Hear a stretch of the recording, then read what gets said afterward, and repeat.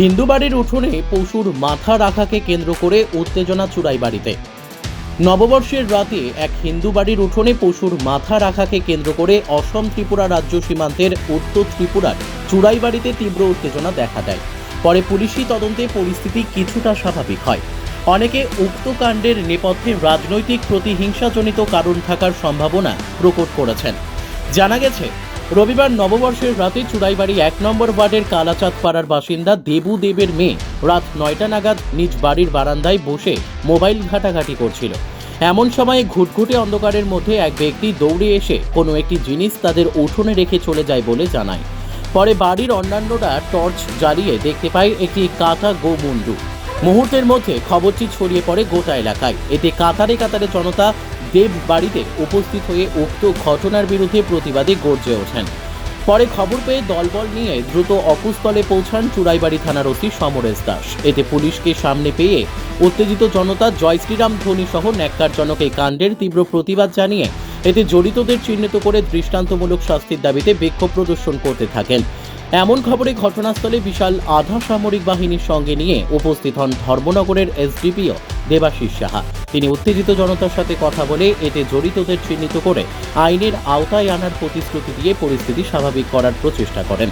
স্থানীয়দের কথায় কালাচাঁদ পাড়ায় প্রায় ৬০ থেকে ৭০ পরিবারের লোক বসবাস করেন। এর মধ্যে হাতে গোনা ৫-৬টি পরিবার মুসলিম সম্প্রদায়ের।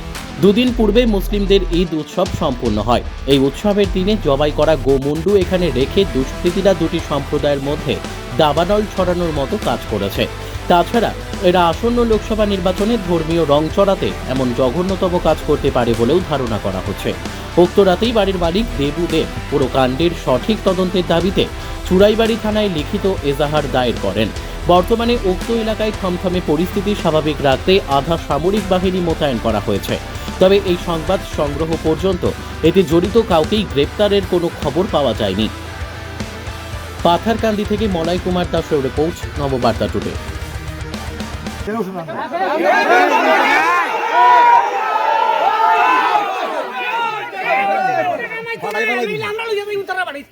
আমরা ত্রাণ করব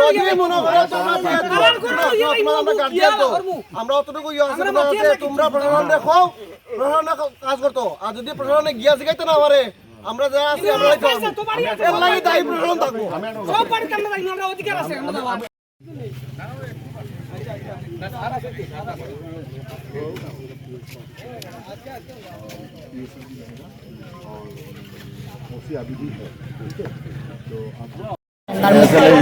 তখন গিয়ে মানে ডগির বাচ্চাটা আমার আমিও ফোনে জুড়ে জুড়ে কথা হইলাম। তখন গিয়ে মানে একটা জুড়ে আওয়াজ হয়েছে, ডগিও মানে চিল্লাইয়া উঠছে। আমিও আগাইছি ডগির সাথে। আগানির পরে তোকে মানে বুঝা গেছে যেমন দৌড়াইয়া গেছে। তখন অন্ধকারের মধ্যে আমি কিচ্ছু দেখছি না। তখন ঘর থেকে টর্চ আনছি, আমি জিনিসটা দেখছি। দেখার পরে আমি ওই যে গরুর মাথাটা আমি মানে চিনছি না প্রথম। পরে গিয়ে আমি মারে হয়েছি, আমার বড়দারে হয়েছি, তারা বাইরে হয়েছে। বাইরে টর্চ দিয়ে দেখতে হয় এটা তো গরুর মাথা। সব জানাইছে তো পুলিশে জানাইছো? মানে আমরা যেটুকু সবরে জানানি হয়েছে। প্রশাসন আইছিল? আইসে পরে মানে বাবারে জানানি হয়েছে, বাবার পরে জানাইছে। কয়টা ওটা ঘটনা? ৮টা হইব, 8টা 8টা খন্ডন হইব। চুলাইবাড়ি ১ নম্বর ওয়ার্ডে কি দেবুদেবের বাড়ির মানে অ্যাপ্রোচ হয়েছে রাস্তাতে আর কি। এটা অ্যানিমেলের, এটা পশুর একটা স্কাল মানে একটা মাথা একটা অংশ পাওয়া গেছে। তো এইটা আপাতত তাদের যে অভিযোগ কে বা কারা রাত্রেবেলা এদিকে আইনে সেটা ফালাইছে। তো যাই হোক, আমি এলাকার সবার সঙ্গে কথাবার্তা কইছি। আজকে তারা একটা মামলা দিতেছে এবং আমরা অ্যাজ আর্লি অ্যাজ পসিবল এই ক্রাইমটা আমরা ডিটেক্ট করব। আমরা এই কথা তাদের কাছে কইছি এখন পর্যন্ত। তখন 8টা হইব। তখন আমি আসছিলাম চুড়াইবাড়ি রেল স্টেশনে, এইখানে আসছিলাম। তখন আমার মাইয়ায় ফোন করছে, ফোন করিয়া কইছে, বাবা তুমি ওই বলে আমি তো স্টেশন আছি বলেতে আমরা বাড়ির রাস্তার বাড়ির ভিতরে এইখানে নিয়ে গোমাথা ফালাই দিয়েছে এইখানে।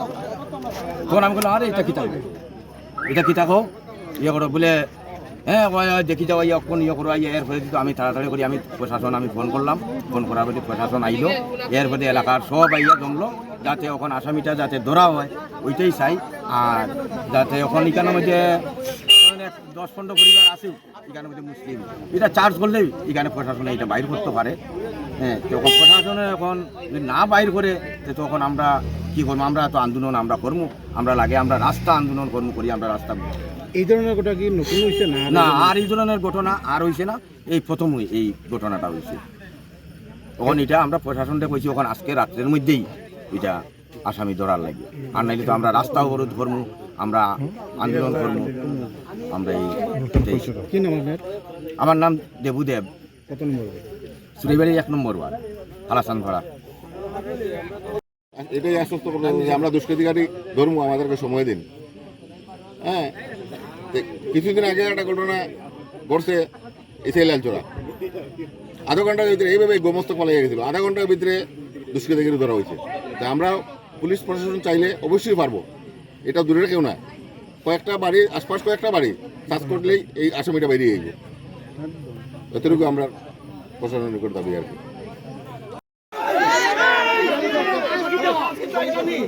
হিন্দু সেন্টিমেন্টও বারবার আঘাত করবো, আইয়ে কম্প্রোমাইজ লাগে মারবো। বিহার থেকে কর্ণাটক থেকে উড়িষ্যা থেকে গাঞ্জা হয়েছে গেলে স্পাই লাগে হিন্দু সেন্টিমেন্টও বারবার আঘাত হয় আর প্রশাসনে মাটানি হয়, আর আমরা গার্জিয়ানরা কোনো আইবা, ঠিক আছে? তোমরা বাদ দিলাম, আমরা মানছি না, এটা মানছি না। অন্তত তোমরা করো নিয়মিত